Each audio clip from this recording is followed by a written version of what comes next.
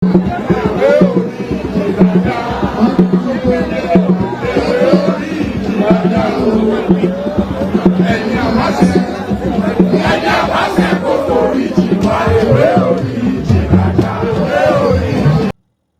ẹ jẹ́ kí n tún máa fi hàn kí n káàbọ̀ sí apá bí ẹ mọ̀ pé ẹni tó bá ń lọ lórílẹ̀‐èdè Nàìjíríà àwa kì í sọ̀sẹ̀ kó tó di pé a sọ sí láì fi ọ̀pá pọ̀ lọ́pọ̀lọpọ̀ jò ẹ mọ̀ pé ìkànnì là ń pè ní Ọ̀rẹ́bá 247 lórí YouTube àti lórí Facebook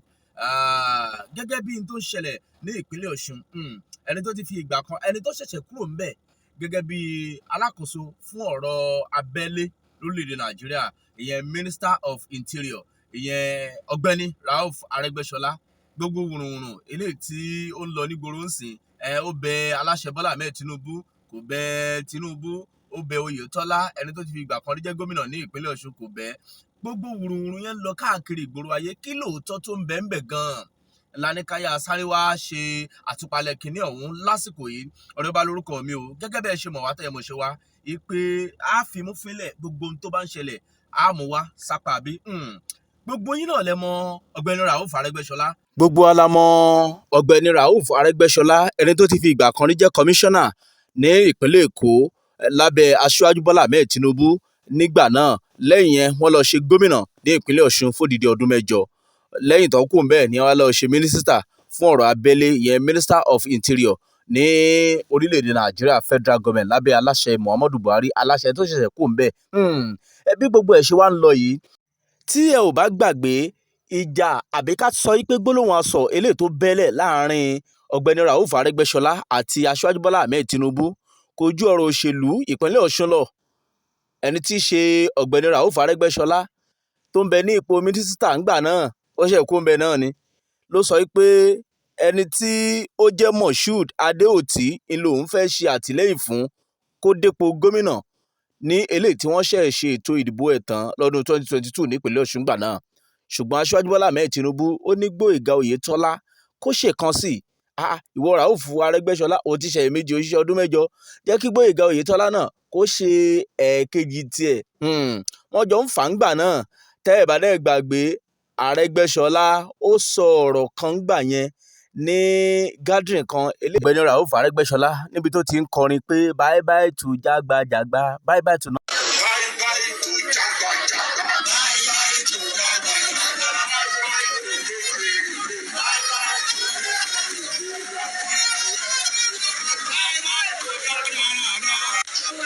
láti wá dá ẹgbẹ́ wa padà síbi tó yẹ kó wà. torí a tẹ̀lé ìlànà àwọn ọ̀gá wa tá a rò pé èèyàn ni wọ́n.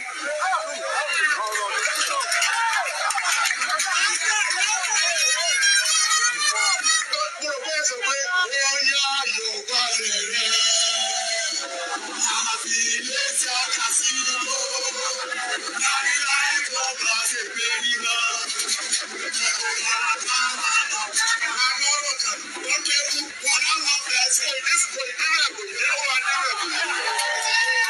ọ̀rọ̀ yẹn wá ń lọ ńgbà náà tẹ́ ẹ̀ bá dẹ́ gbàgbé aṣíwájú Bọ́lá Ahmed Tinubu ó ṣe àtìlẹ́yìn fún Gbóyèga Oyètọ́lá tí Moshood Adéòtí tí Arẹ́gbẹ́ṣọlá tó ṣe àtìlẹ́yìn fún wọ́n jọ fi gagbága ní primary APC ńgbà náà ṣùgbọ́n Oyètọ́lá ló jáwé olúborí. Oyètọ́lá jáwé olúborí òye táwa ń wò ńgbà náà ni pé ó dàbí ẹni pé RAUF Arẹ́gbẹ́ṣọlá kò ṣe àtìlẹ́yìn pẹ́ẹ̀pẹ́ fún Gbóyèga Oyètọ́lá gbogbo táìmù tí wọ́n fi ṣe campaign yẹn ṣe ló gbójú sẹ́gbẹ̀ẹ́. Àwọn kan tiẹ̀ dọ́gbọ́n sọ pé ó dàbí ẹni pé lábẹ́nú ó ń ṣe àtìlẹ́yìn fún ẹni tí í ṣe gómìnà lọ́wọ́lọ́wọ́ báyìí ní ìpínlẹ̀ Ọ̀ṣun ìyẹn Adémọ́lá Adélékè. ọ̀rọ̀ yẹn lọ ń gbà yẹn torí pé Oyètọ́lá borí primary lábẹ́ APC ṣùgbọ́n kò láǹfààní àti jáwé olúborí lásìkò tí wọ́n ṣe ètò ìdìbò gómìnà ní ìpínlẹ̀ Ọ̀ṣun. PDP ló wọlé lọ́ṣun gbà náà Adémọ́lá Adélékè ìlú gbapò lẹ́yìn ìgbà tó gba ọ̀pá àṣẹ gan RAUF Arẹ́gbẹ́ṣọlá ó kọrin ìdúpẹ́ inú ẹ̀ dùn ó wá ń lọ. Ètò ìdìbò gbogbogbò wá dé aṣíwájú Bọ́lá Ahmed Tinubu ó jáwé olúborí. Bọ́lá Ahmed Tinubu ó jáwé olúborí gẹ́gẹ́ bí aláṣẹ orílẹ̀-èdè Nàìjíríà. Nígbà tí ìyẹn ṣẹlẹ̀ ṣe mọ̀ gbogbo àwọn alákòóso tá a mọ̀ sí mínísítà wọ́n kúrò wọ́n tẹ̀lé aláṣẹ Muhammadu Buhari wọ́n tẹ̀lé kóńpò ni mínísítà kúkú làwọn wọ́n ti wá di aráàlú lásán báyìí wọ́n ti di mínísítà tẹ́lẹ̀ rí former minister tí RAUF Arẹ́gbẹ́ṣọlá tó jẹ́ ọ̀kan lára wọn. ìgbà tó padà sípínlẹ̀ Ọ̀ṣun ẹ mọ̀ bí èèyàn ti lọ sìnlú náà nìyẹn ó padà sípínlẹ̀ Ọ̀ṣun ó wá ń ya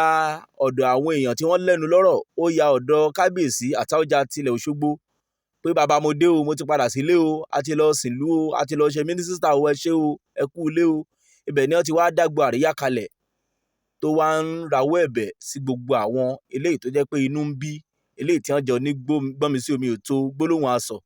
ṣùgbọ́n fídíò yẹn kò dárúkọ Gbóyèga Oyètọ́lá o torí pé àwọn èèyàn ń gbé káàkiri pé RAUF Arẹ́gbẹ́ṣọlá ó lọ bẹ Gbóyèga Oyètọ́lá ṣùgbọ́n RAUF Arẹ́gbẹ́ṣọlá ó dárúkọ aṣíwájú Bọ́lá Ahmed Tinubu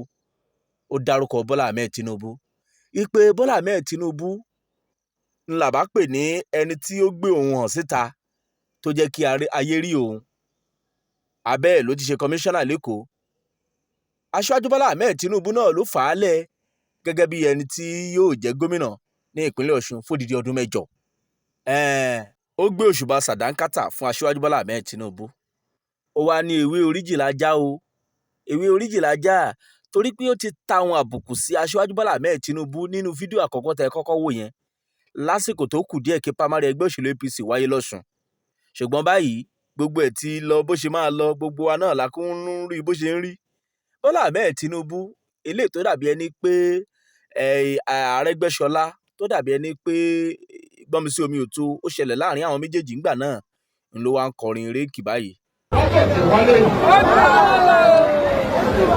àtúnṣe ń bọ́ wá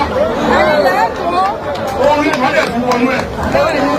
ìwé orí ìjìlájà ìwé orí ìjìlájà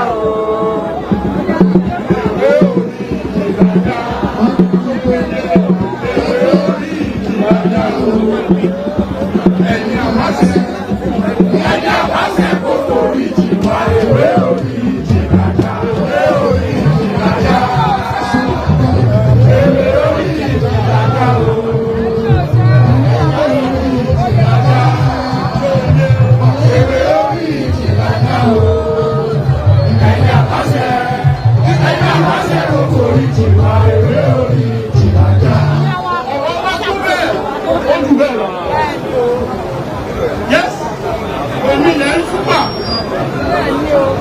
èmi lè ń yọ̀ mọ́ iṣẹ́ tẹ́ fi ń yọ̀ mọ́ mi iṣẹ́ tẹ́ fi ń ṣúgbà mi iṣẹ́ tẹ́ fi nífẹ̀ẹ́ mi èmi nìkọ́kọ́ ni mo ṣe o